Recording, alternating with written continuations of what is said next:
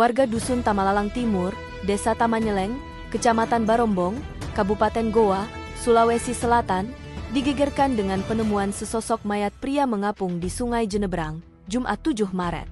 Kejadian ini pertama kali diketahui oleh seorang warga, Zainuddin Daeng Muntu, yang sedang mengayuh perahu untuk mengecek jala ikannya.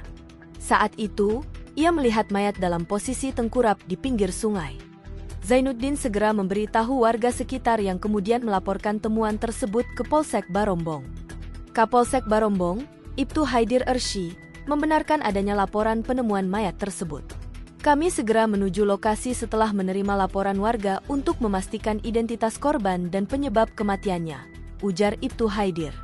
Dari hasil pemeriksaan awal, mayat tersebut berjenis kelamin laki-laki dengan ciri-ciri mengenakan baju lengan pendek warna putih biru dengan strip hitam, rambut pendek, serta celana panjang jeans biru.